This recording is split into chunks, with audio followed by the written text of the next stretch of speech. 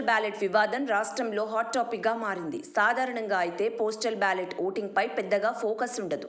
అయితే గతానికి భిన్నంగా ఈసారి రాష్ట్రంలో తొలిసారిగా భారీ సంఖ్యలో పోస్టల్ బ్యాలెట్ ఓటింగ్ జరిగింది. ఎన్నికల సిబ్బందితో పాటు పోలింగ్ కేంద్రాలకు రాలేని వృద్ధులకు కూడా పోస్టల్ బ్యాలెట్ అవకాశం కల్పించడంతో బ్యాలెట్ ఓటర్ల సంఖ్య గణనీయంగా పెరిగింది. రాష్ట్ర వ్యాప్తంగా సుమారు 5.5 లక్షలకు పైగా పోస్టల్ బ్యాలెట్ ద్వారా ఓటు హక్కు వినియోగించుకున్నట్లు సమాచారం.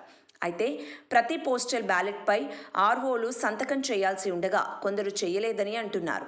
దీంతో ఆర్ఓ సంతకం లేకపోయినా, ఆర్ఓ సీల్ లేకపోయినా వాటిని కూడా లెక్కించాలని కోరుతూ ఎన్డీఏ కూటమి నేతలు కేంద్ర ఎన్నికల సంఘాన్ని కోరారు. సానుకూలంగా స్పందించిన ఈసీ ఆర్ఓ సంతకం, సీల్ లేని వాటిని కూడా లెక్కించాలని ఆదేశాలు ఇచ్చింది. దీనిపై వైసీపీ అభ్యంతరం వ్యక్తం చేస్తోంది. గెజెట్ అధికారి సంతకం పెట్టి స్టాంప్ వేయాలని గతంలో చెప్పారని, ఇప్పుడు కొత్తగా స్టాంప్ వేయకపోయినా సరే ఆమోదించాలని ఎలా చెబుతారని అభ్యంతరం వ్యక్తం చేశారు. దేశంలో ఎక్కడా లేనిది ఇక్కడ ఎందుకు తీసుకొస్తున్నారని కూడా ప్రశ్నిస్తున్నారు. ఈసీ ఇచ్చిన ఆదేశాలు గొడవలకు దారితీసే అవకాశం ఉందని, ఈ నిబంధనలపై పునరాలోచించాలని డిమాండ్ చేస్తున్నారు. కేంద్ర ఎన్నికల కమిషన్లో లేని సడలింపులతో కూడిన మార్గదర్శకాలు జారీ చేయడం సరికాదని అంటున్నారు. ఈ మేరకు వైసీపీ నేతలు ఎన్నికల అధికారులను కలిసి ఫిర్యాదు కూడా చేశారు. సాధారణంగా ఓట్ల లెక్కింపు పోస్టల్ బ్యాలెట్ లెక్కింపుతోనే ప్రారంభమవుతుంది. పోస్టల్ బ్యాలెట్ పూర్తయిన తరువాత ఈవీఎం కంట్రోల్ యూనిట్ల లెక్కింపు ప్రారంభమవుతుంది.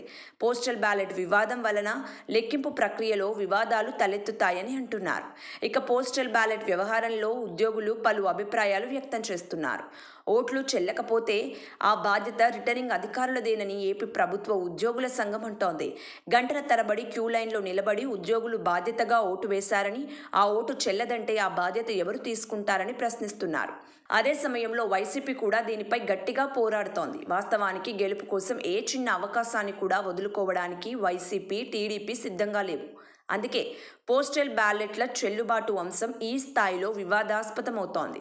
అయితే పోస్టల్ బ్యాలెట్ విషయంలో కేంద్ర ఎన్నికల సంఘం కొన్ని యూటర్న్ తీసుకుంది. ఏపీ సీఈఓ ఇచ్చిన మెమోను ఉపసంహరించుకుంది.